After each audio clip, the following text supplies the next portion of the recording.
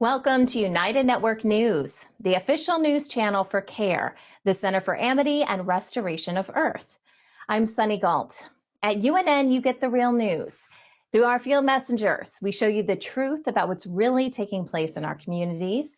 We also bring you stories to help you remember who you are and why you're here, as well as regional stories that impact the people. And our World Situation Report reveals what's happening throughout the multiverse. We are here to restore Earth.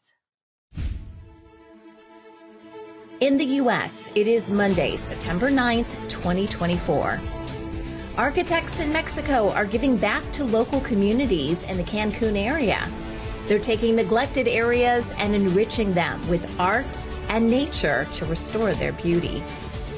And in Darby, Montana, we visit one of the largest veteran memorials in the region. Learn how the people are paying respect to their veterans. There's all sorts of benefits when you start communicating with the wildlife around you, including reducing conflicts so every living being can coexist together. Forest fires in Bolivia are spreading, prompting the country to declare a national emergency. And in Australia, tens of thousands of childcare educators are needed to meet staffing demands.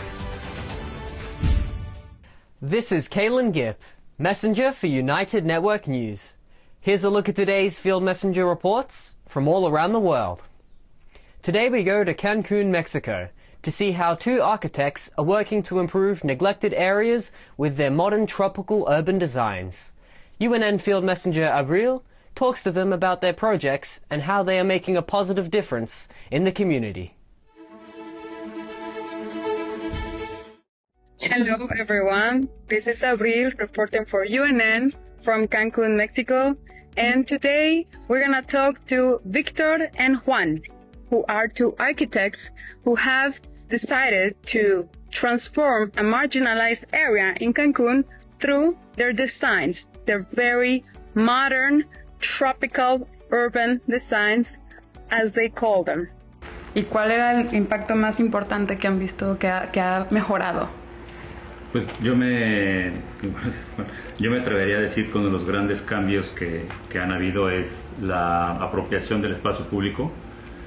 Las intervenciones que nosotros hacemos, a final de cuentas, se desarrollan dentro de un plano privado, que es el terreno, pero siempre con la voluntad de recuperar el espacio público. Y en el espacio público convives con el resto de los vecinos. Si nosotros no tuviéramos que platicar con los vecinos y negociar con los vecinos y escuchar a los vecinos y aprender de los vecinos todo lo que sucede, pues este espacio público será distinto. O sea que ha sido directamente el aspecto social de la comunidad lo que ven yo lo resumo que ha mejorado. Es la mezcla, es mezclarnos. Hoy ya no sucede por las mecánicas de mercado, económicas y sociales, ya no se mezclan las distintas. Lo más valioso que tiene este proyecto es mezclarnos. Excelente, mil gracias. Y como última pregunta, ¿podrían darnos a nosotros, las personas que no tenemos quizás mucho dinero para invertir en una renovación de una casa, 3 tips de bajo costo pero que sean estéticos para mejorar el vecindario, no solo nuestra casa, pero el vecindario y nuestra casa? ¿No? Vegetación, ¿no? Plantas. Sí, llenar de plantas, eso. Esconder la arquitectura atrás de las plantas siempre va a ser la mejor solución para todos. Es la respuesta más acertada que hay a tu pregunta. Las plantas dan sombra, las plantas protegen, las plantas dan color, las plantas dan vida, las plantas traen animalitos, pajaritos, y si hiciste algo mal, lo tapa y las plantas se ven bonitas. Entonces creo que la solución serían plantas, siempre. Maravilloso. Muchísimas gracias por su tiempo y que tengan excelente día a todos. Gracias.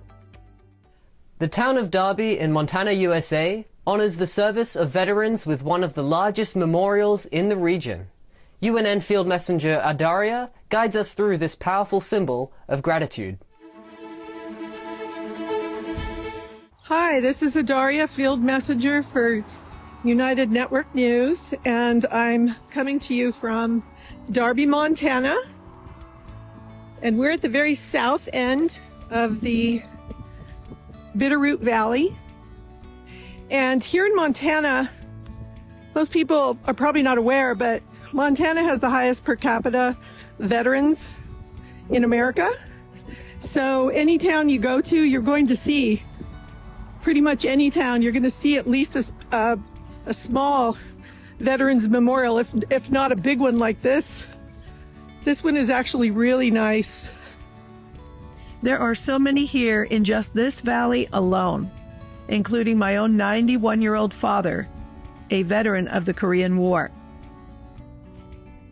The back of the t-shirt is worn by a 78-year-old gentleman, a veteran of the Vietnam War.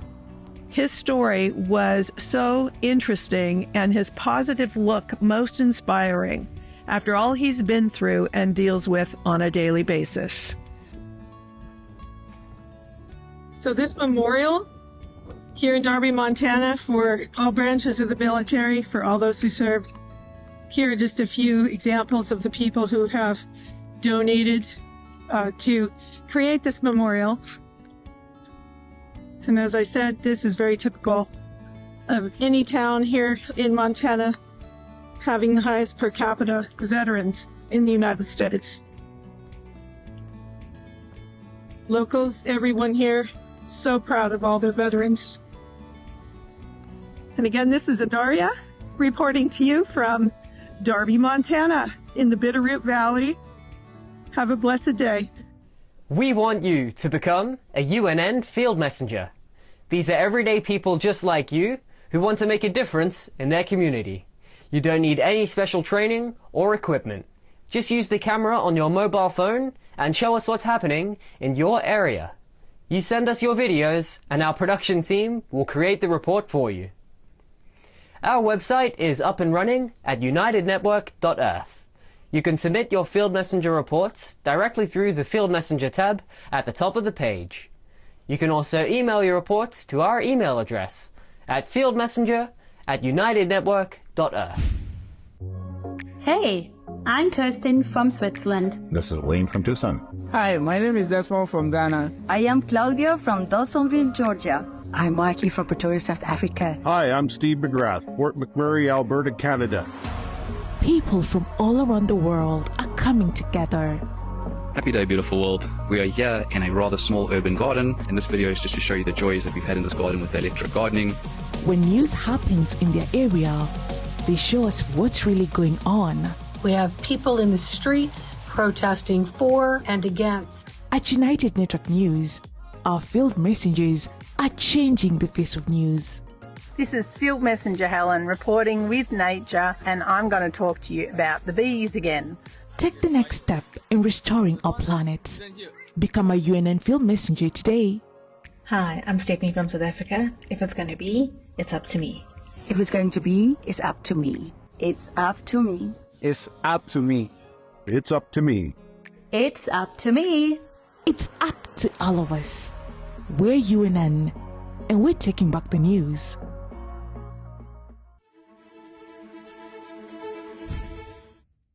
We've all experienced times where our lives have intersected with wildlife in ways that aren't so positive. For example, a group of termites eat your wooden deck, mice create a home in your garage, and spiders create a web in the corner of your living room. We've been taught to remove the problem using any type of force necessary. But is that really the answer? Kara Daniels connects with the consciousness of Earth, not only to speak with plants and animals, but to help heal them as well. So Kara is back with us, and we are talking about animals specifically today and communicating with animals. And, you know, Kara, it's fun just to talk with animals and just to learn more. But there are lessons we can learn and information we can take with us, because there are conflicts in this world between humans and animals. And I feel like anytime you strengthen that bond of communication, that's going to help on some level. And have you found that as well? And what kind of experience do you have with that? Absolutely. I actually really want to dive into the realm of wildlife, animal communication and wildlife in this aspect, because what I have found is that, you know, we live alongside our wild kin. However, we develop on their land. Sometimes there's conflicts, and what's been really interesting over time is that we can use animal communication to reduce these human-wildlife conflicts that are kind of presenting themselves. And I'm talking about voles in the gardens, ants in your house, mice in your house, chipmunks destroying your property or the foundation of your house, scorpion infestations.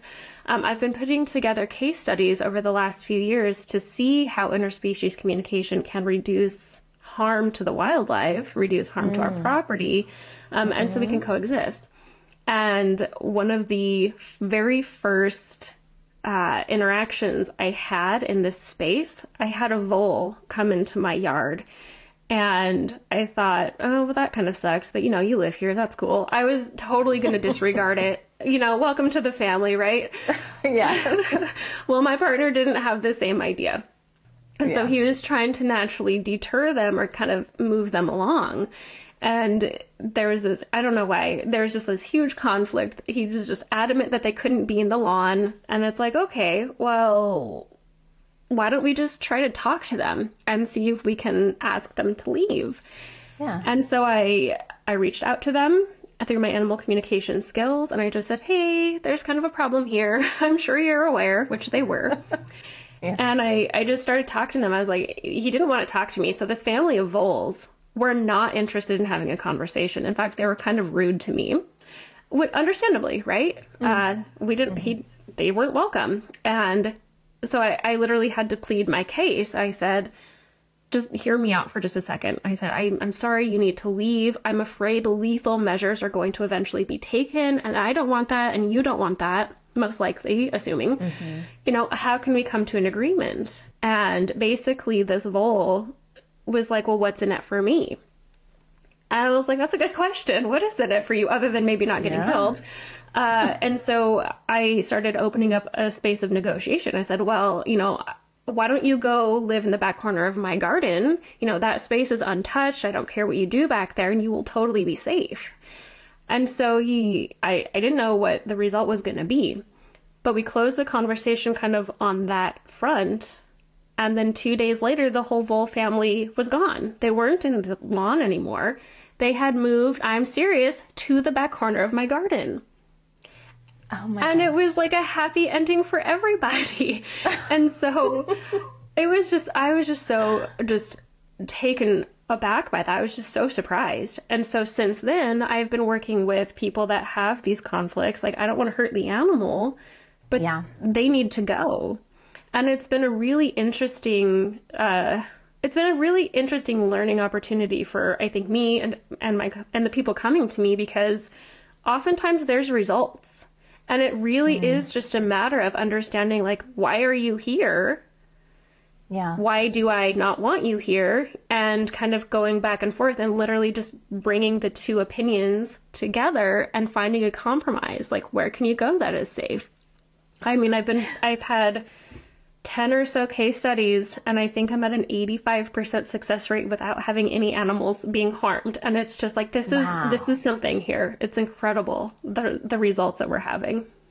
I feel like humanity in general needs to do this more, just with other humans. You talk and then you talk, and together you can figure out a solution. But this makes perfect sense. And I think I shared last time when we were recording together that I've done this with spiders. I've said, listen, you can go somewhere else. There's that corner up there in our garage, but you hanging out on our car every day isn't going to work. So just go ahead up. And they do. And they do. So part of it, I think, is just believing that this is possible, like getting out of your mind and believing that this can happen, and you're finding success with it. I've often thought, like, when someone's like, in our neighborhood, I could go outside and they cover the homes here in Southern California with these big tents that they're trying to get rid of bugs and stuff like that. And every time I see that, I'm like, there's a better way to do this. Sometimes I feel like the Pied Piper, like, just come with me. But I know that there's a better way to do this, and it has to be through communication. So I love that you're doing this. It's brilliant. Thank you. I am very passionate about, finding some kind of intermediate, some kind of answer for all of this. So. Sustainable harvesting of sphagnum moss in Peru is helping communities thrive. This versatile plant is used in horticulture, natural filters, and even medical applications. By partnering with a social enterprise, local individuals can supplement their income through moss harvesting, which fits around their daily responsibilities.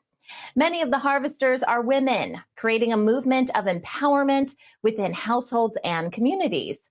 The added income is improving the quality of life and enabling children to receive better education. Harvesting practices are carefully managed to ensure sustainability, and payments are made promptly, providing stability to families. This initiative shows how a business can support economic growth and community welfare. In Senegal, skilled weavers are creating beautiful wall tapestries inspired by the vibrant colors of local artwork. Weaving was once used mostly for clothing, while wall tapestries were unknown in the region.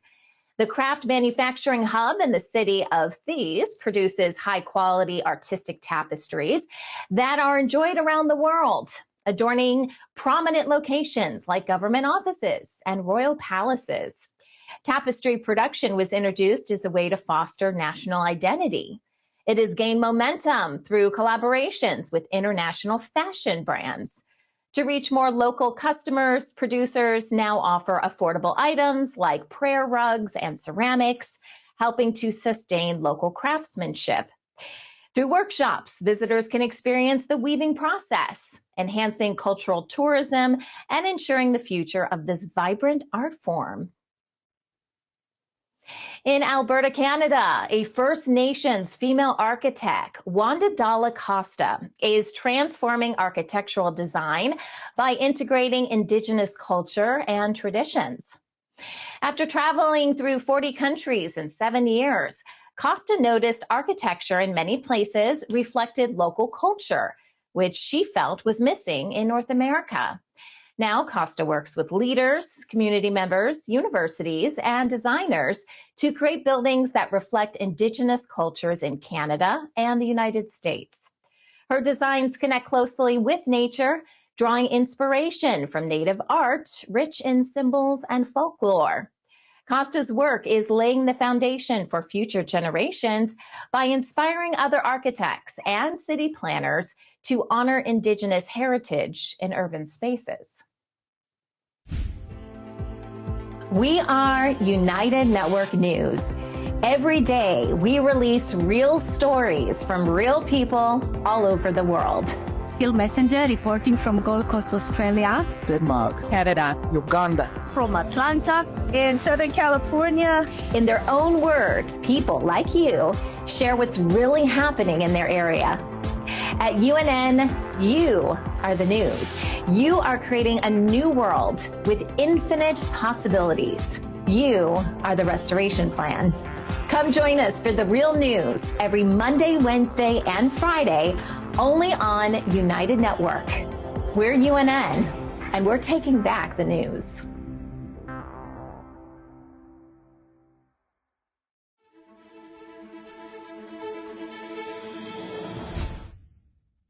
Bolivia has declared a national emergency due to unprecedented forest fires. The emergency declaration is intended to facilitate rapid coordination of international aid and support. This year, the country experienced its highest number of wildfires since 2010, with more than 3 million hectares or 7.5 million acres burned. South America is currently facing its peak fire season, which typically occurs in August and September, worsened this year by a prolonged drought that began in July. Bolivia's firefighting resources are overwhelmed, prompting the government to appeal for international assistance. Indigenous volunteers have attempted to defend their agricultural land, but some have been forced to evacuate. The impact of these wildfires extends beyond the environment, disrupting lives and affecting food security for those in affected areas.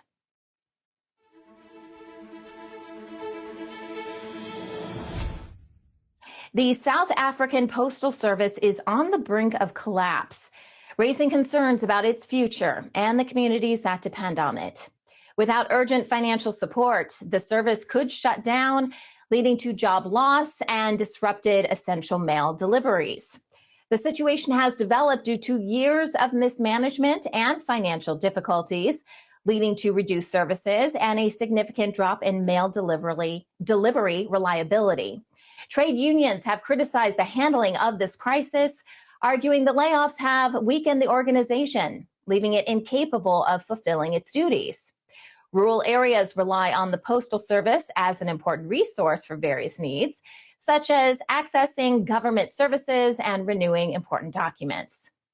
Despite the decline, there are still calls for a national postal service, emphasizing its importance in sectors such as e-commerce and welfare support. Also in South Africa, more than 2,400 teachers in Western Cape are set to lose their jobs due to budget cuts. Activists and community members gathered to discuss solutions, emphasizing the important role teachers play in education and the long-lasting effects these cuts could have on students. Participants expressed concerns over the increased workload for remaining teachers, already struggling with heavy responsibilities. Several speakers emphasized the need for collective action to address these austerity measures, which unfairly impact under-resourced schools.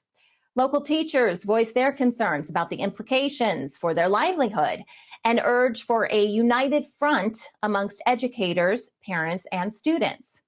The National Education Ministry is analyzing how these cuts affect all provinces and is planning to meet with finance officials to find solutions that protect education.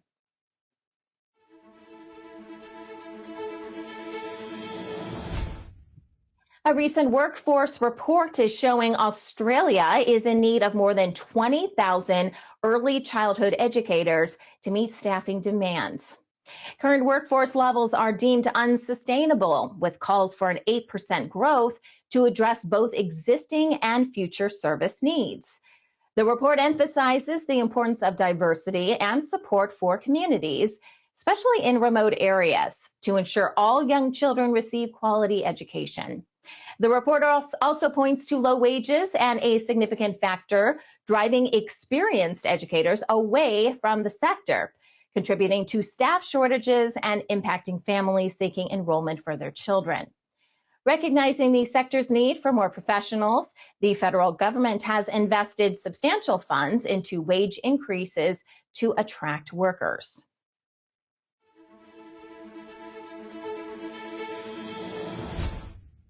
India's labor laws are increasingly seen as outdated, struggling to address modern practices in multinational companies.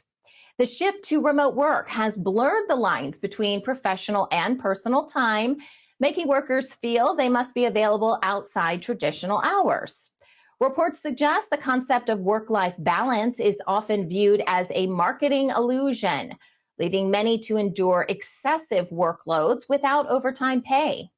Workers in multinational companies face difficulties when seeking additional compensation, as recent court rulings highlight the limitations of current labor regulations. The decline of trade unions and the rise of contractual employment further worsen these challenges, leaving workers with limited representation and protections. Many workers receive no recognition or rewards for their efforts, often leading to job changes in search of better conditions. In Iran, traditional marriage is becoming less popular as economic challenges and changing social norms affect young people's views on family life. High inflation, a weak currency, and the costs associated with weddings and child rearing deter many from starting families. People highlight the difficulty of affording basic living expenses, with even dual income families struggling financially. Couples increasingly choose cohabitation or white marriage, despite it being illegal. Research shows 7 to 14% of couples opt for this engagement. However, Iranian authorities blame these changes on Western influences, undermining family values, warning of potential long-term consequences for Iran's population growth. With the fertility rate dropping significantly, experts suggest the government's efforts to encourage marriage and parenting may not resonate with younger generations. The Chinese government says it will no longer process foreign adoptions, a decision impacting many American families with pending applications. The only exceptions to this ruling will allow for the adoption of blood relatives or stepchildren.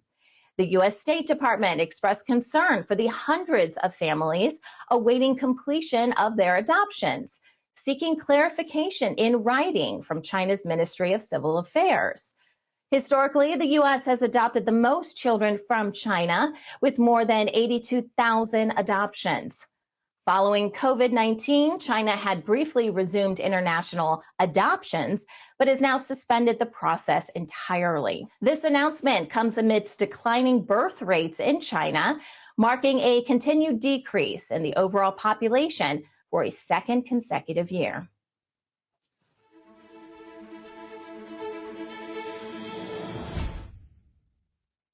The Swedish automaker Volvo Cars has revised its goal of selling only electric vehicles, or EVs, by 2030.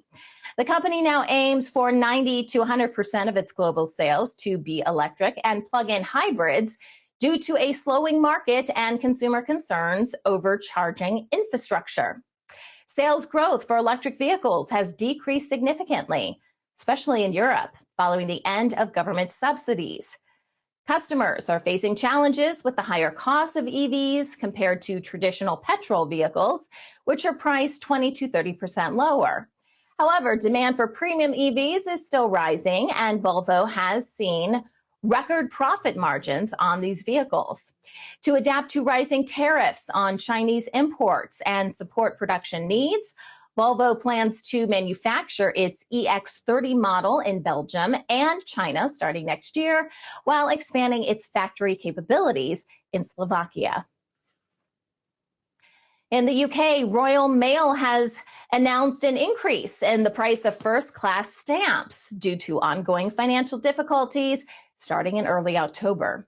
The price for first-class stamps will rise, while second-class stamps will remain unchanged. As a result, many customers may experience delays in receiving letters, particularly important correspondence such as medical appointments and legal documents.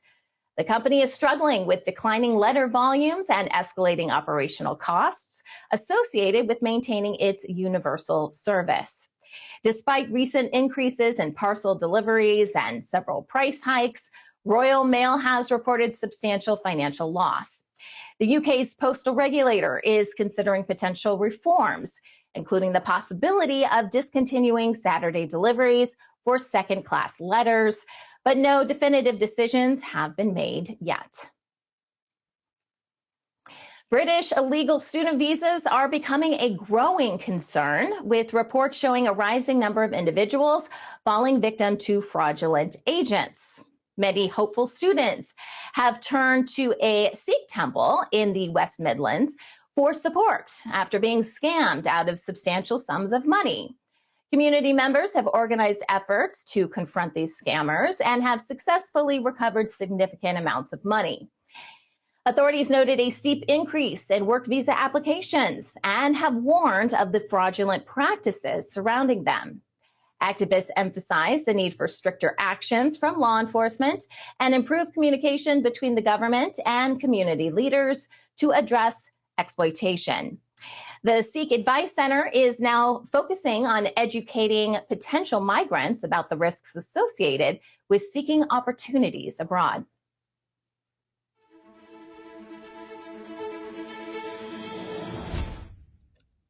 In the U.S., the Davis fire, which erupted south of Reno, Nevada, has burned 6,500 acres and prompted evacuations in several communities. Reports indicate the fire broke out near a campground on Saturday afternoon, and flare-ups were expected to continue through Sunday due to windy conditions. As a precautionary measure, the Washoe County School District has canceled all classes on Monday. To prevent further ignitions, around 18,700 Nevada Energy customers experienced power outages, which remained in effect on Sunday in areas south of Mount Rose Highway. Also, Interstate 580 was temporarily closed due to the fire, but was reopened on Sunday. And as of Sunday evening, no containment had been established. Also in the U.S., Dollar General, Dollar Tree, and Kroger collectively generate about $90 million annually from cashback fees. That's according to the Consumer Financial Protection Bureau. These fees, ranging from 50 cents to $3.50, affect lower income customers and those living in areas with limited access to bank branches or ATMs. While some retailers like Walmart and Target provide cash back for free, the charges by these dollar stores create a significant barrier to accessing cash when needed. The Bureau's investigation shows people in small rural towns, communities of color, and low-income neighborhoods are often reliant on cash for everyday transactions. As the study indicates, the minimal cost for retailers to process cashback transactions contrasts with the fees imposed on consumers. The Bureau emphasizes the importance of access to cash for a stable financial system. Football season is now. Don't miss the action. Get all of your games in one place. At United TV, don't pay an arm and a leg to keep up with the action. For as little as $15.99 per month, you will get it all. With multi-screen viewing, make this season your winning season. Go to unitedtv.org and sign up today.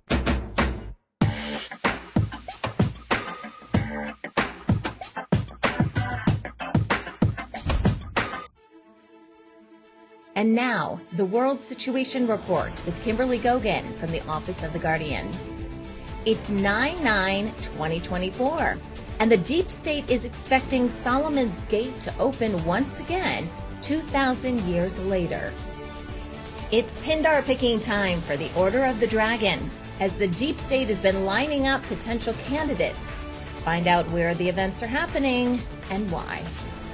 And the Trump organization struggles to remain relevant. The latest in campaign promises is to increase tariffs on countries who threaten to ditch the dollar. All this and more in today's World Situation Report. Now here's the World Situation Reports with Kimberly Gogan and the Office of the Guardian. Good morning, good afternoon, and good evening. Welcome to, I guess, another World Situation Report. It's been a little crazy today and pretty much all night last night, and I'm about to tell you why. So let's talk for a minute about this 9/9/2024. It's been touted all over various social media channels, Q Clock channels, and it appears that they're all excited about this day for some reason. And I've been trying to figure out why today for quite a while. And I talked a little bit with some other people, and, they say 9 represents this and 9 represents that. But finally came clear this morning as to what they were looking for. So apparently, every 1,000 or a few thousand years or so, there is a gate that they believe is going to open. Now, in our past, throughout history, this gate has been known for the last few thousand years anyway as Solomon's Gate. And it's known as Solomon's Gate is because a few calendars ago, this was the day that Solomon first, I guess you would say, was permitted, because I'm going to use the word permitted, to open a gateway over in Israel to allow his demons in. There are lots of books out there, such as the Testaments of Solomon, and I'm not speaking of the ones in the Bible, that talk about Solomon's Gate and him talking to all the demons and what can the demons offer him. Well, that happened on this day, apparently, for him. And so the deep state is looking for some demons. On the one side, their Order of the Dragon has decided to place what they believe is the chair of Solomon apparently near the Mount of Olives in a place called Gethsemane, which is also written about in the Bible. And for those of you that don't know, Gethsemane is allegedly the place where Jesus had prayed before he was crucified. So they believe that this is a perfect opportunity to put this chair in this location and to play a round of pindar picking. Thus far, at the time of this recording, there has been about 178 people that have sat in that chair in hopes of their body being inhabited by a demon through a portal that no longer exists there and a gateway that no longer exists. And so they would like to have a demon crawl up into somebody's body who they believe is qualified for whatever reason or another.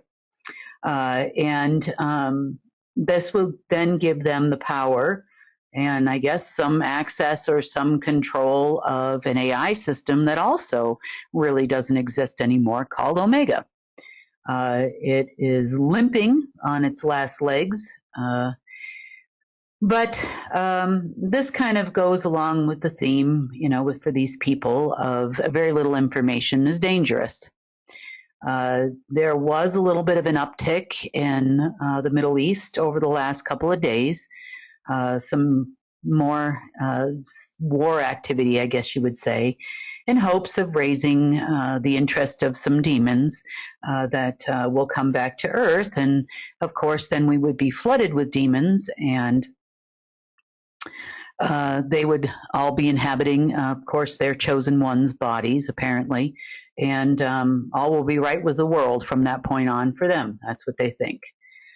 In reality, what this would have done in the past was that Omega would have generated some pseudo-demons because they're AI generated, and they would have inserted them, or Omega would have inserted them into our holographic world. Now, in order to have achieved this task, they would have had to have what I call level 9 authority. So they know the deep state has limited knowledge of level 9, as we've talked about in the past.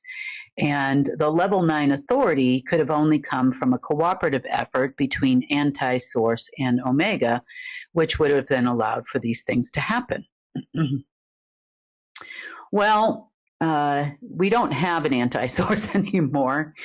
We barely have an Omega that doesn't have any power really as it relates to bringing things through into our world where we live from whence it came. And that portal doesn't actually exist anymore. So there's going to be a lot of disappointment and a lot of disappointed people when they find this out. Now, disappointed people. Let's talk about disappointed people. So apparently, on the new moon, which occurred a few days ago, on the new moon, the Order of the Dragon had made a lot of lofty promises based on the fact that their meetings were due to start, on the new moon, and that within 3 days of that new moon, they would, of course, get some orders and instructions. God knows where they were waiting for them from. And, of course, along with that would come a lot of money. Now, since that didn't happen, that angered a lot of people. A lot of governments were angry. So the party that then started wheeling and dealing around the world would be what's left of the Order of the Black Dragon, based out of Japan. So the Order of the Black Dragon has been wheeling and dealing and said behind the scenes is what they're talking about, is that they should be the ones to control the demons that are going to come through this gateway. And they have been planning an operation. I'm sorry, I can't help but laugh. They have been planning an operation to steal control of the gate once it opens. So there's a big fight, whether these people know it. I don't know which side, depending on which side, whether you're on the golden booty side, sitting in a Solomon's chair trying to get control of demons, or you are on the Black Dragon side in Japan, and their side of stealing the gate and getting control of the demons. But both sides are going to be very disappointed come midnight Eastern Standard Time today when they figure out that there is no gate and there was nothing to be had there. And then they're probably going to roll on to another day. I mean, why not, right? We have a full moon yet to come, a harvest moon here. We also have the equinox coming up on the 22nd Eastern Time. There's always a day ending in Y where they can go around in another circle. But it appears that the Japanese Black Dragon has been quite busy in his negotiations. There are deals going on with the Chinese government, where if the Chinese government can throw out the order of the dragon from there and their influence, aka the Rothschild family and the Li family, then they would be willing to help China with their BRICS currency, which of course, once they get a hold of the gate and all of that. So, since they're now going to be in power and control of all these demons, then they believe that they will have control over the financial system, or Omega, or Omega's coming back. Who knows what their ancient texts say. But they do believe that they will now be in control. And so they've been wheeling and dealing for the last several days with many different countries, China being one. So for China's cooperation and kicking out the order of the Black Dragon, then they will go ahead and help them launch the BRICS currency with their AI that doesn't exist. They also believe that they will now be in power. And they have also been negotiating with a group I call the Nazi Party here in America. You would know them as the Trump team, the Republican Party, operatives from the secret space program that are on that side. So anybody left from Umbrella or Monarch, and they keep promoting themselves to different divisions. So who knows who is with what these days. They apparently have agreed behind the scenes in the last few days to a 60-40 split of control of the United States dollar. Now, this apparently has angered a number of people because they would like to be in 100% control. But apparently Team Trump has agreed to give up 60% control of the United States dollar. If they agree, and for their part, at their 40% control and share of the dollar, they agree to, number one, make sure that Trump gets into the White House.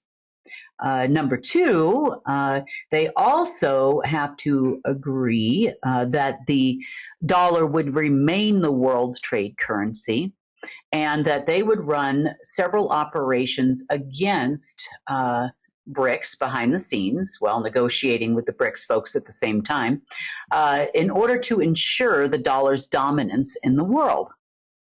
So they agreed. They would, of course, love to own 40% of the financial system of the world. Ego is a terrible thing. And therefore, they've been selling off pieces of America everywhere. It's really not their country to sell, but why not? Now, the Treasury Department is obviously in on this. Treasury Department, as you know, is a Black Sun, Black Dragon run organization. And they are collecting, and they have gone to places. I've gotten phone calls from Iran, Iraq. I've gotten phone calls from the Philippines, Indonesia, a couple of countries throughout the African continent as well, that currently hold supernotes.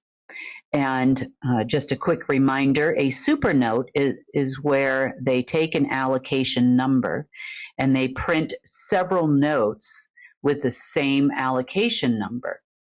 Now, when you do that, the financial system will not allow the duplicates into the system. So all of these different parties that hold all these super notes have been trying to cash them for years. The American generals that are involved in that would be Admiral Fogel, General Beasley, and a few others, and they call it Project Becky. I believe also General Darden is involved and some others, and you can look up these lovely gentlemen's names. And so they believe that there's somewhere around, 20 to 40 trillion dollars worth of super notes that have been placed around the world, and that they would agree to cash them in for the new United States dollar. Okay, so they also agree, apparently, this Black Dragon folk agree that they're going to issue a new United States dollar. Now, they must be listening to our broadcast because they have come to the realization if they are going to have a new United States dollar, it can't be just solely digital, that they would have to also have a physical currency in order to achieve this task. So on that note, they have been working together with some folks to get some printing plates so that they can take over printing from the Federal Reserve of the United States dollar. Now, remember, the Federal Reserve is the Order of the Dragon. So, the Order of the Dragon and this Black Dragon folk here are at odds with each other at the moment for world domination.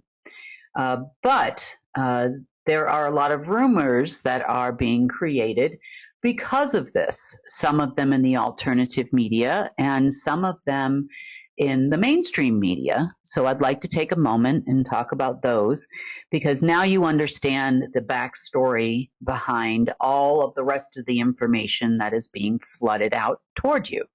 Number one, there'll be a market crash. Number two, the emergency broadcasting system is going to go off. Number three, we will have martial law by tomorrow morning. Number four, I'm sorry, I can't help but laugh because this is funny to me. This is all very funny to me. There'll be Nasara Jasara is about to start. The global currency reset is going to happen. And these are all the things that they're promising everyone. Well, and not to say that I'm against people having some kind of income or anything if they were really going to pay you. Now, remember and keep in mind, these people are the same people that were in control or ran security for the financial system for the last, since its inception. So, maybe a century or more since the world started using some kind of currency, be it coins on a string or, gold going back and forth from boat to boat, place to place via the Templars and the receipts they used to hand out. Or physical currency, and then eventually it's just papers and fiat nowadays. So as far as these rumors are concerned, I anticipate by this evening, midnight or so, they'll still be looking for the gate, possibly for the next, day or two, who knows. Until they finally resolve to the fact that there is no gate, and they'll move on to the next date, of course. The one thing that this does is it allows, another face. So the Black Sun and the Black nobility in Italy, has been kind of towing the line for a while now, and they've failed several times as well. And so has the quote unquote Nazi party is what I'm calling them, because this appears like an Axis powers kind of thing. The Japanese and the Nazis won the war, took over America. I don't know. That's what this whole thing looks like from behind the scenes. But without any kind of an Omega access, their blockchain is not going to cut it. They can't create a currency with blockchain. The Japanese do have some other technologies that they think could work. There's no way in God's green earth that those supercomputers are going to fly. Matter of fact, they've been glitching all day. They pretty much know that the connections are not being established anymore. And they've been working really hard at it. So, God bless them. However, you've all been lied to. That's the bottom line. The deep state has been lied to. But you're seeing some interesting things come out in mainstream media as well.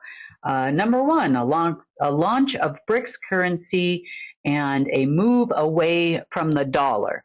And at least that's what they've promised to countries like Saudi Arabia and Iran.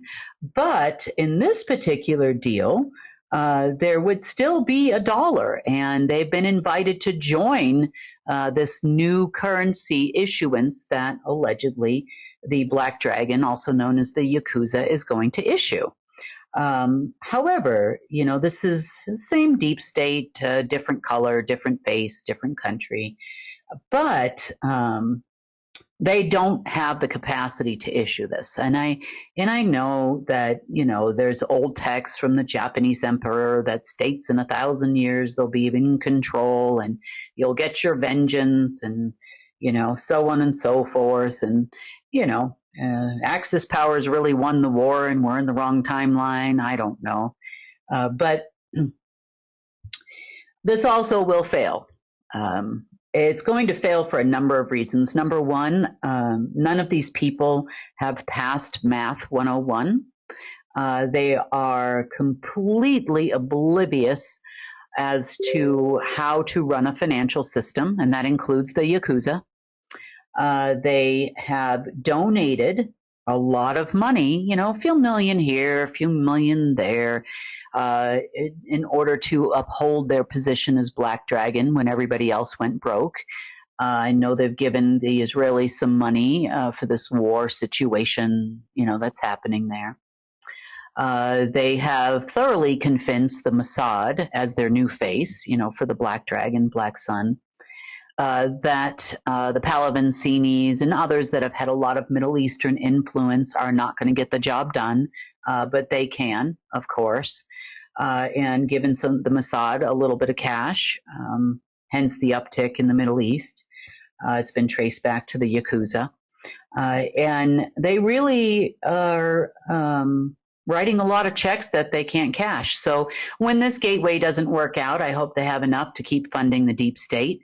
Ridiculous sums of money, and the numbers are huge. Again, they're trillions and trillions of dollars in order to have world domination, which, or insert other currency name here, which they don't have the capacity to fund. I mean, they've got billions for sure, but I don't think they have that much money.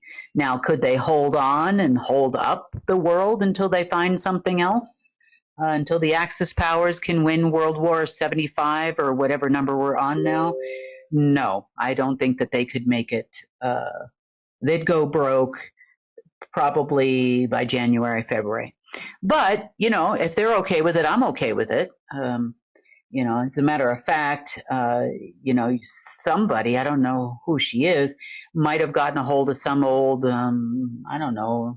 Omega lines somewhere and kind of took them over. I don't know who that could be, but they may have been leaking information out to when to expect the next gate and where y'all should go. Strategy is everything in warfare, isn't it? Wink, wink. Okay, mainstream media stuff. Okay, so BRICS, that explains the BRICS currency and the alleged crash of the U.S. markets and blah, blah, blah, but, that's not going to happen. As for the 60-40 split that they have been promising the world and world domination of the dollar, that has made the Trump organization, because that's what we'll call it. We don't know what that is walking around. The Trump organization has agreed to publicly state a few things, which apparently is angering what little support they actually have in the movie we call politics. Number one, he has announced when he is elected, selected or otherwise, that he will impose a 100% tariff on those countries that are threatening to ditch the dollar. 100% tariff. Wow, that's a big tariff, and that's going to harm global trade if that were to actually take place. Now, the reason why is because the Trump operatives think they're going to be bazillionaires, and their ego won't permit them to realize otherwise, and they believe they're going to be in control of 40% of the world's economies. Yeah, it's probably not going to happen. Well, there's always hope, right? Always keep making deals between people that used to have power over something we know as the world government, and we'll just keep changing faces. This is what they do. They change faces. So if it's not the Japanese, then maybe they'll go to the Russians. If it's not the Russians, then it'll be the British. If it's not the British, then it'll be the Iranians. I don't know who's next on the list of people to fail, but, I got a few more countries they haven't fired up yet. Their order members in. So, the Italians failed. Okay, fine. Maybe they'll move to another face, a different color, different race. I don't know who's next in the game. But doesn't really matter to us because, they're just going to go round and round making all these backdoor deals and talking crazy things on TV. Next crazy thing coming out of the Trump organization. As I had told you, although they're talking about issuing paper currency as well, they're still going to push for a move to completely go digital with this currency. Now, they are talking about the fact that they feel they could go digital with the dollar in the U.S., probably most of North America, and also Western Europe. And that's where they would start. And then, of course, it would continue throughout the world until they do no longer need physical cash. And therefore, Trump has announced publicly on television that he is now going to be the king of crypto. Yeah, probably not so much so. And, of course, the more the Q people and the Trump operatives and whatever kind of spout out their crazy and they go around making all those deals as the new American Nazi Party, they really are just kind of sinking like a stone. And the good news is, they make a lot of promises in the course of doing this. They start these telethons, the Nazi telethon, and they go around and they start promising politicians, large corporations, BlackRock, all of these different big names we know, Johnson & Johnson and so on and so forth, that there'll be huge payouts coming by this day for their public announcement that they are endorsing Trump for president. Now, when, they don't pay, and then the next day comes and they don't pay, and the next day comes and they don't pay, and we inch closer and closer to the selection, if there is a selection this year, then, the less support that they have. And people start walking away and people stop believing them. But of course, they come up with a new line of, well, it's not the Chinese anymore. And well, it's not the Germans anymore. And well, it's not the Amish anymore. And well, it's not the, whoever, the black nobility in Italy. It's not the Vatican. It's now the Japanese, and so everybody's like, oh, okay, well, you got somebody else to back you now. Well, and you can expect probably a huge fall over there in Japan in the next couple of days, probably by the end of the week. And we'll see who comes up next and says they have a line on a portal, that's going to open during the equinox. I don't know. I don't know what the next day is, honestly, and who the next face will be. But I'm sure we'll find out in the next couple days. Next. Dick Cheney. If you've been following us for a while, that Dick hasn't been around for quite some time. Dick had made a few mistakes over the years. Dick is the recipient of the Greater Israel Project. He is also the recipient of the plans to take over the entire Middle East. When I say he's the recipient, that means in the news and mainstream news, they call him the architect of the Iraqi war. Well, he's not the architect. He's just the recipient of somebody else's bright idea, which was endorsed by the world powers that be, that are not human, at that time, which a lot of money came out for, by the way. But Dick has come out and endorsed Kamala for president. He basically says that Trump is the greatest threat to the republic at this moment in time. And that comes from a diehard Republican and Bush's right-hand guy. Well, interesting that had happened, because that means that Dick's money, or whatever that is running around, or is probably on the Order of the Dragon in their Pindar ceremony. Now, if you've been following us for a while, you'll probably remember that a few years back, Dick also sat in the chair.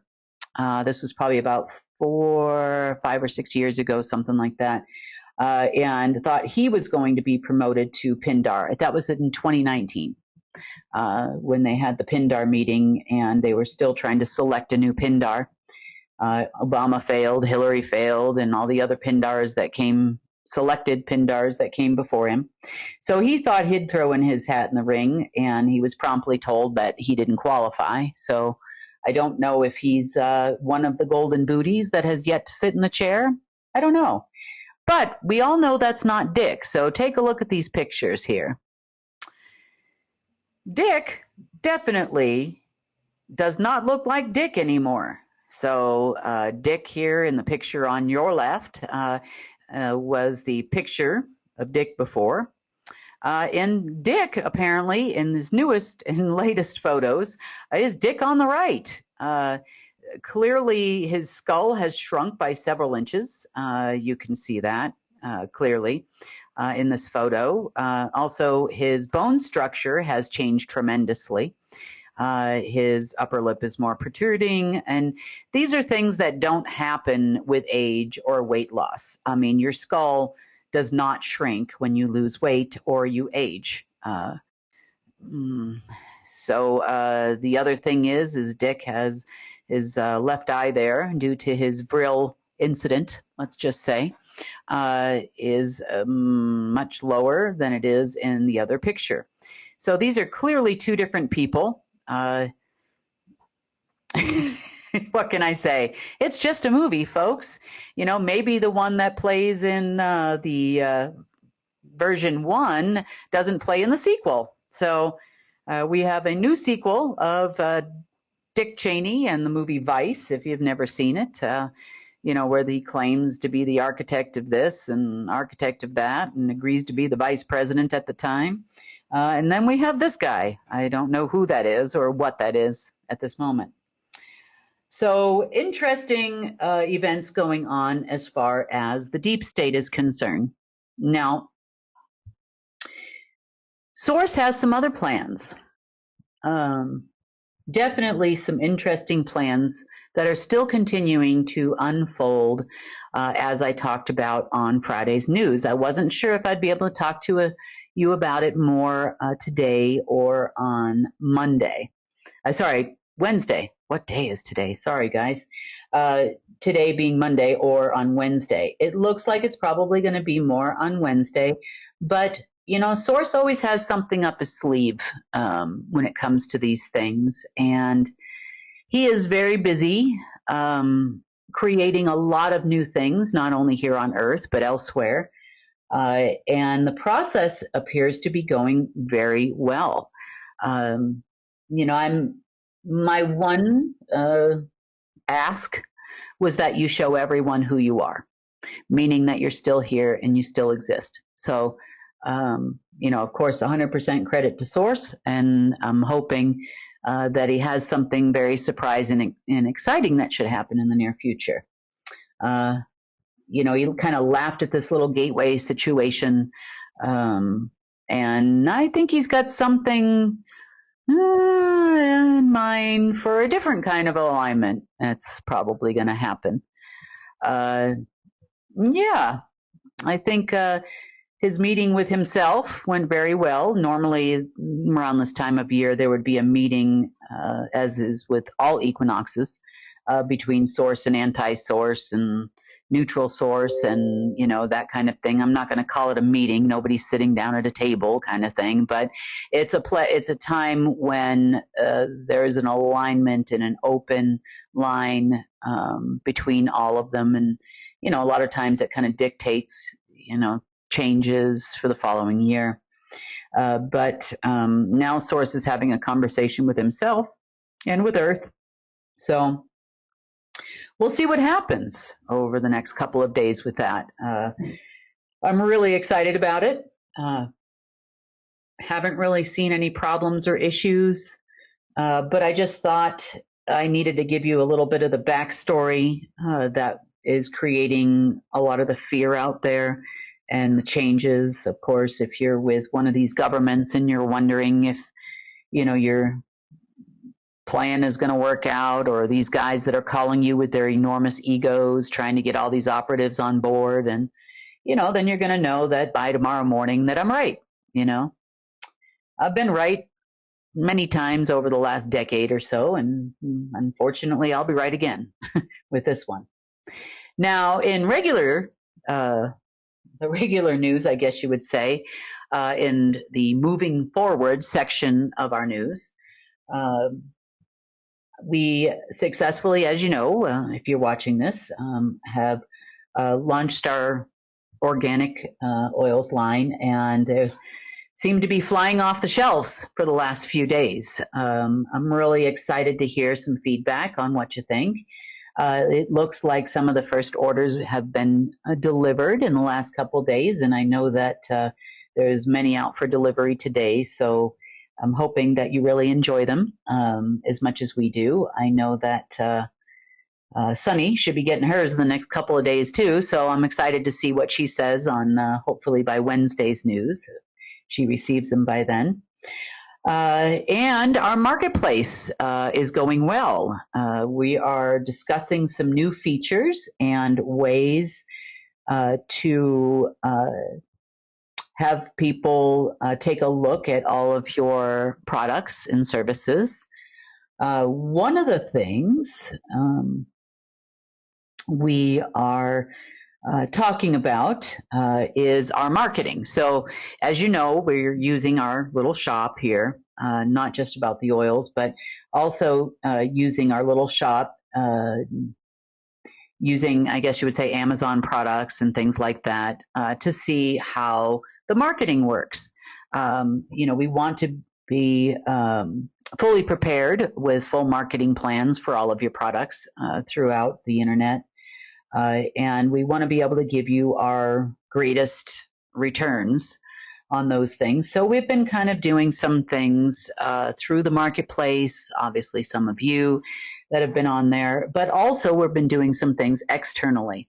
And something interesting is happening, and I'm pretty happy with it. We'll see how consistent it stays before our launch. So we've been trying some different things with Google searches and Google ads and a few other things like that.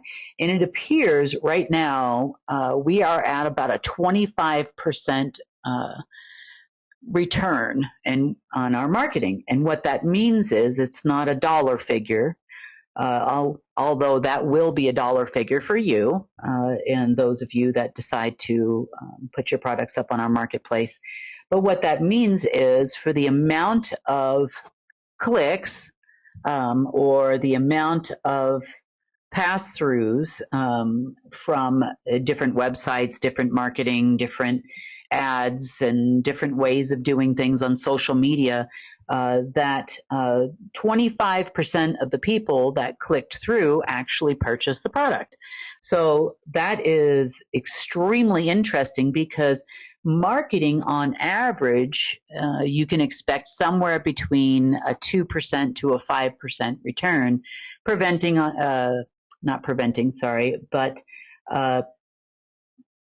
I would say that has a lot to do with your target audience. So in other words, if you're selling reading glasses and, you put your ads up on a bunch of sites, that have to do with reading books or, any kind of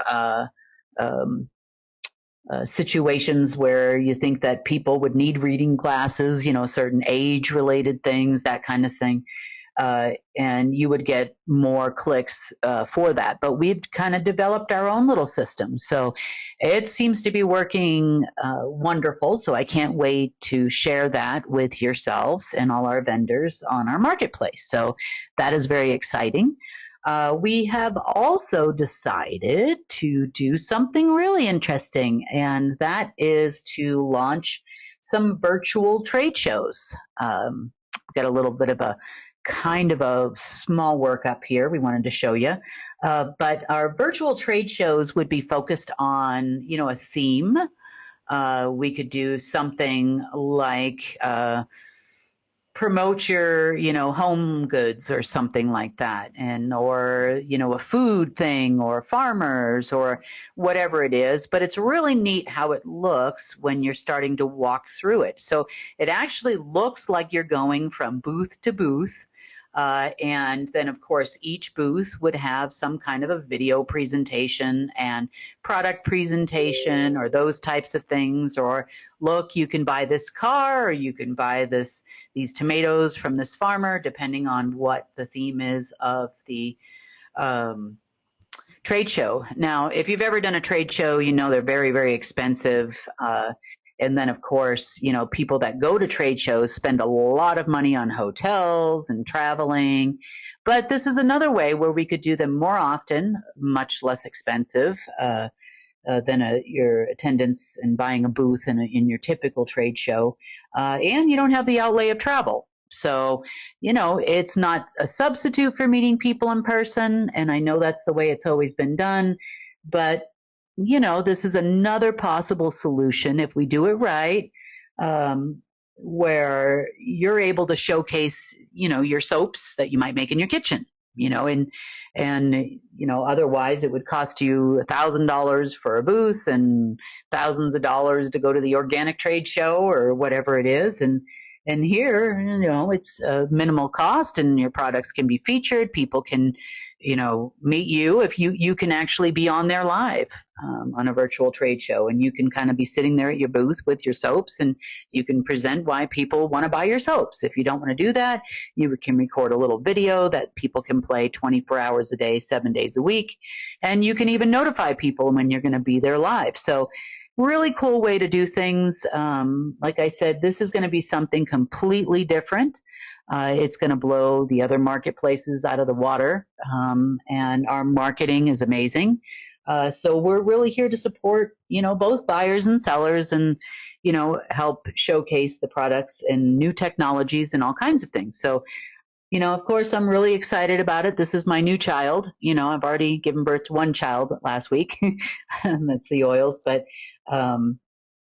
we'll be able to give birth to our next child in November. So, we're giving birth a lot lately these days, but it's months and months and months and months of work on not only my part, but also our team's part to get these things up and running and do them right. So I'm really grateful for all those that are participating in changing our world, connecting people, bringing people together. That's what we do. And I'm just grateful for everyone's participation and meeting a lot of wonderful people along the way that have helped us through our journey and make our dreams come to reality. So that's probably going to be really important. There's some talk that's also kind of happening behind the scenes, where governments, and there's been more than one, that are asking us, well, we can't just all die. There's got to be something in the interim. There's got to be a transition period. You know, it took us millions of years to get here, and it's going to take us millions of years to get out of it. No, absolutely not. That is not the case. If they think, then they ask us what our ideas are, you know, as far as the care organization for a transition. My response to all those people is, number one, we over here are not in trouble. Meaning, yes, there are humans and people that are struggling in this world, and I understand that. I understand that, you know, as things change, like we talked about in the news, in the regular news here, or our regular news, I should say, which is far from regular. We talked about Volkswagen going under, people losing jobs, those kind of things. And so that's a very real situation that is happening. But my response to the governments is we are not the ones in trouble, meaning we're doing okay on our own. We are coming up with new ways of doing things, ways of getting around you, ways of getting around your militaries worldwide, ways of getting around your operatives and whoever else is on your side waiting for the next gate to open. We are moving forward without you like you don't exist. And we're going to continue to do that. Now, however, since these people have never, you know, kept their word in any way, shape, or form, are they planning on doing that now? It doesn't look like it, you know, depending on whatever their selections do. I don't know. But, you know, if they're looking for some kind of transition or something, then they're going to have to come up with a plan, because right now I don't see the purpose. You know, it's kind of like when you're thinking you might want to buy a car, you go into the car dealership and, you know, maybe you take a test drive or two or something, you know, and you know, but you're not really looking. And then somehow, some way you end up trading in your car and walking out with a new car. You walk out with that new car because some sales guy came up to you and convinced you that you desperately need this new car. And that they can do it at the right price and the right, you know, terms and the right conditions, and you could lease it, you can buy it, and, you know, they convinced you through the test drive and how comfy it is and well it drives and whatever, and then you kind of go to sit back in your old car and you're like, well, geez, this doesn't smell like the new car, it doesn't look like the new car, and you then eventually convince yourself. Right? But this salesperson was critical in convincing you to buy the new car that you had no intention of buying on that day. You know, and that same goes for, you know, something when you walk in to buy a television set. You know, maybe you're looking for something in the future, you know, or a birthday gift for somebody, and you end up walking out with your own new television set. That's because the salespeople have given you enough good information about the product you're looking at so that you'll buy it. Now, I am not looking to buy a used car. I'm not in the market for a car. I probably couldn't afford a car if I wanted to, a new car of any type. But I'm looking at the government's much the same way. I don't need a government. I don't need a car. I don't need anything. And they're supposed to be the ones that are convincing us that we need them. In some way. You know, of course, they throw out the pitch, well, many people will get hurt if there's no transition and it's a hard fall. And I'm like, no, I don't think so. I think we planned for that because we figure you're going to go around in a circle looking for a gate or a planet alignment or something for probably the next several thousand years all by yourselves over there, until your circle that you're going around in gets smaller and smaller and smaller, and then eventually it disappears. So, you know, we've kind of had to move on from the world government folk, and in turn the governments that work for them, because we don't really see a solution there in any way. So really, if governments are wanting to look at some kind of transition, they're going to have to sell me, and it's going to be a hard sell. you're looking at a free new car, possibly an entire fleet of free new cars. And this is a metaphor, of course. I don't want a new car. I don't want a car at all. I'm good. But what I'm saying is they're going to have to come up with some serious sales pitch, for us, the people, to determine whether or not we should have a transition. I understand programs and have accounted for these things like Social Security, and retirement pay for teachers. And this is not just in the U.S., this is around the world, and government pensions and these kinds of things all have to be looked at because the government does provide a lot of services to a lot of people. Right now, states are probably going to go far after or a ways after the federal governments do. And that's states or provinces, wherever you are. So we can probably continue to see fire departments and those kinds of things for a while, until we can replace them with a new way of doing things that's more efficient. We keep sending these men and women into these buildings. Why have we not used drones for that? We could use drones with a heavy payload and water and whatever else we need to do to put out a fire. There's probably some kind of an organic fire retardant material we can drop on said building that is going to be non-caustic to the humans that are living in it. Of course, these people do go into the buildings and save lives, so there might still be that. But, putting out fires, big fire trucks, water, hoses and all those things that we see, around. I mean, there's much more efficient ways of doing that. And we can have trained firefighters that can fly drones in and, put this material to put the fire out in there and that kind of stuff. I mean, there's so many different things that we can do in our world, things we never even think about doing. But yet we still keep doing things the way we did hundreds, if not thousands of years ago, because the people that were running this planet are running it the same way they always did, but they didn't actually run it. That's the problem. See, they're still waiting for some alien race demons or otherwise to come here and help them. Again, they got a savior complex over there. They really, really do. And they say we have a savior complex. It's kind of funny, really, when you look at it that way. They're the ones waiting for something or someone or some AI or something to come save them. We are on our side are not waiting for anybody, and we are continuing to move forward to live our best lives. And eventually the things that we do will spread throughout the world. We've already been I'm going to say dancing around with some people that are in the medical industry that let's just say they're open-minded. Maybe they do a lot of research themselves, and the possibility of taking plant terpenes to the next level. Creating hybrids, different things, even for pain. So there's a lot of discussions going on behind the scenes about how to best present this to the average everyday person, who might be stuck on whether it's an antidepressant or, it's a painkillers and they can't get off, or, there has to be some kind of substitutes for these things now and in the future.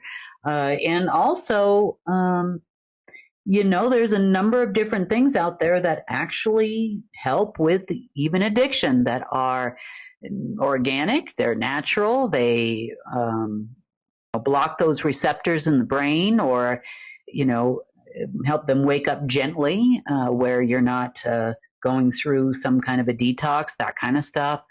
So there's a lot that can be done in the future, using different forms of natural organic medicine. So, we're dancing around a little bit, we're still having a little bit of a debate as to whether or not that's possible.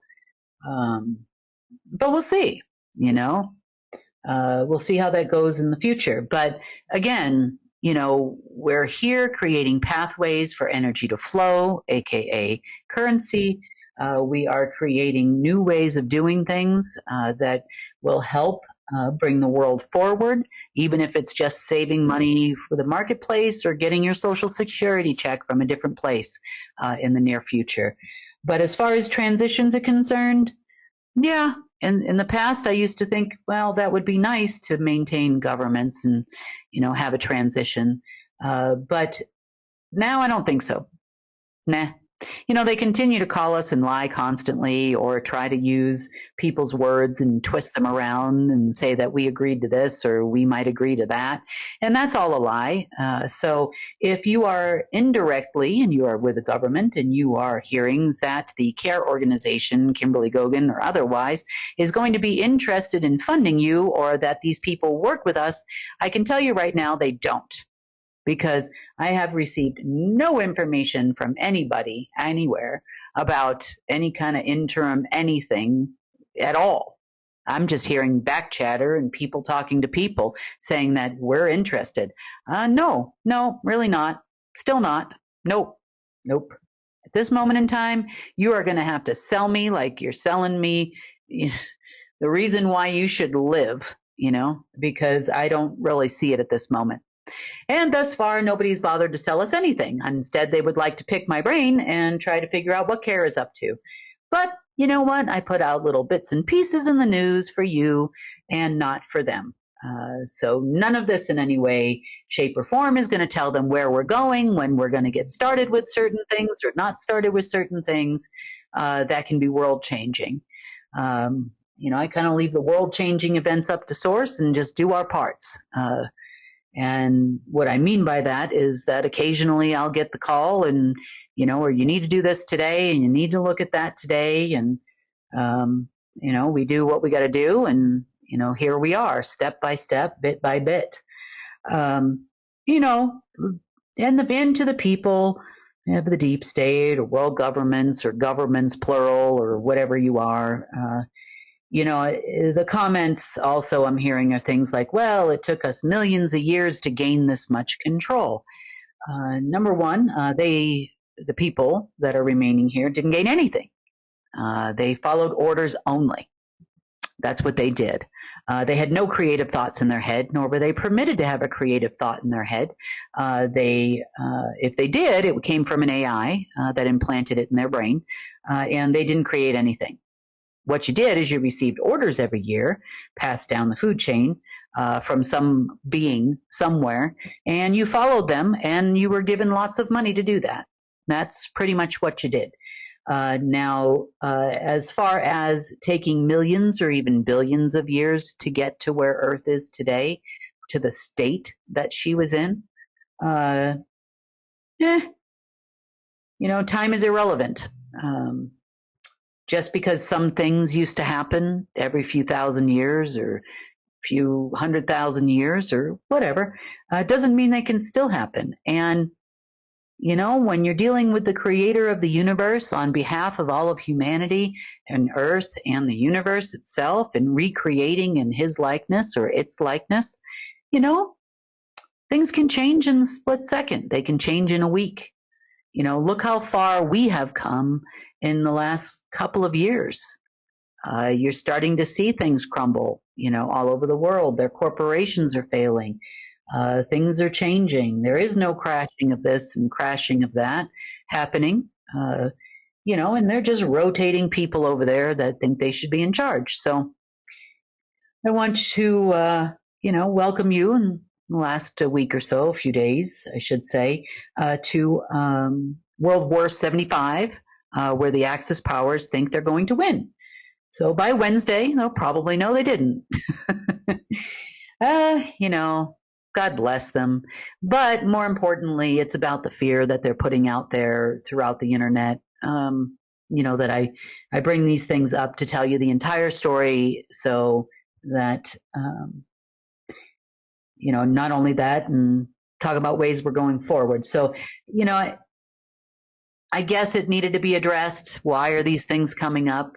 Well, things you don't understand. Well, now you understand what's happening.